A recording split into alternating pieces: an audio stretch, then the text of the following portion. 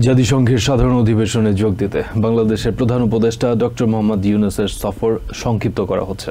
22 সেপ্টেম্বরের পরিবর্তে 24 September new ইয়র্কে আসবেন তিনি।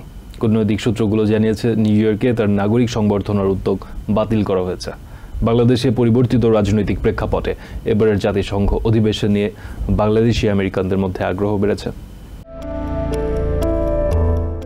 জাতিসংঘের ৭৯তম সাধারণ অধিবেশনের আনুষ্ঠানিকতা শুরু হয়ে গেছে ১০ সেপ্টেম্বর থেকে। ২২ ও ২৩ তারিখ সামিট অব দ্য ফিউচারে যোগ দিবেন শীর্ষ নেতারা। তবে সাধারণ বিতর্কের মূল আনুষ্ঠানিকতা শুরু হবে ২৪ সেপ্টেম্বর। মাঝে ২৯ তারিখ বিরতি রেখে ৩০ সেপ্টেম্বর পর্যন্ত চলবে বিভিন্ন দেশের উচ্চ পর্যায়ের বৈঠক।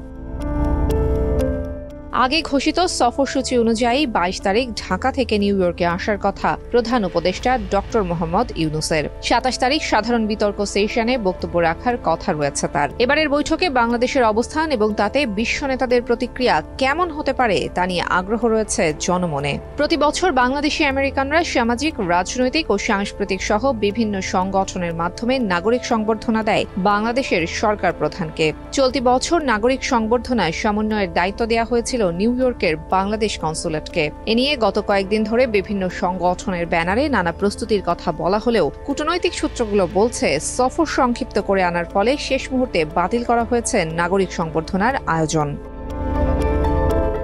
স্বৈরাচার সরকারের নৃশংসতা, আন্দোলন আর জনবিক্ষোভের মুখে দেশের সরকার প্রধানের দেশ ত্যাগ সহ বাংলাদেশের ক্ষমতা বদলের রাজনীতি বারবার শিরোনাম হয়েছে বিশ্ব গণমাধ্যমে।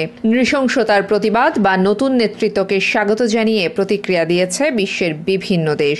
দায়িত্ব গ্রহণের ২ মাসের মধ্যেই তাই বিশ্ব নেতাদের মিলন মেলায় বাংলাদেশের অংশগ্রহণ আগ্রহ সৃষ্টি করেছে বাংলাদেশি আমেরিকানদের মধ্যে।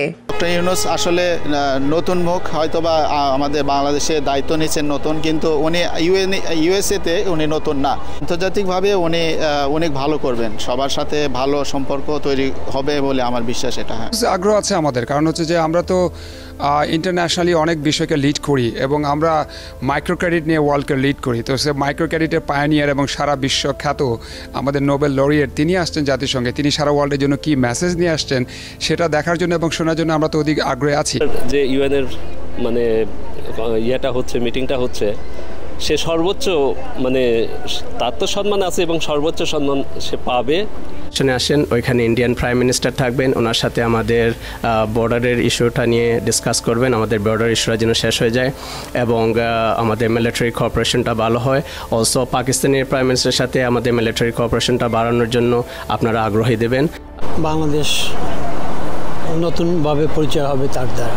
দ্বন্দ্ব নিরসন, টেকসই উন্নয়ন লক্ষ্যমাত্রা অর্জন এবং উন্নয়নশীল দেশগুলোকে সহায়তা করার মতো বিষয়গুলো সবচেয়ে বেশি প্রাধান্য পাবে এই বছরের অধিবেশনে। ডক্টর ইউনূসের দৃষ্টিভঙ্গি এবং বৈশ্বিক মঞ্চে তার অবস্থান আন্তর্জাতিক পর্যায়ে বাংলাদেশকে গর্বিত করবে বলেও প্রত্যাশা সবার। অতীতের সংকট কাটিয়ে বাংলাদেশের সামনে রয়েছে নানাবিধ চ্যালেঞ্জ। বিশ্ব দরবারে গুরুত্ব পাবে কোনগুলো? আন্তর্জাতিক সম্প্রদায়ের সহায়তাই বা পাওয়া যাবে কতটুকু? সবকিছু মিলিয়ে এবারের ৭৯তম জাতিসংঘের সাধারণ অধিবেশন শুধুমাত্র বাংলাদেশি নয়, এই দেশে বসবাসরত বাংলাদেশি আমেরিকানদেরও আগ্রহের তুঙ্গে। তাহিয়া রুবাইয়াত, অপলা, TVN 24, new York. New York থেকে সম্প্রচারিত টিভিএন 24 টেলিভিশন বিশ্বজুড়ে বাঙালির কণ্ঠস্বর।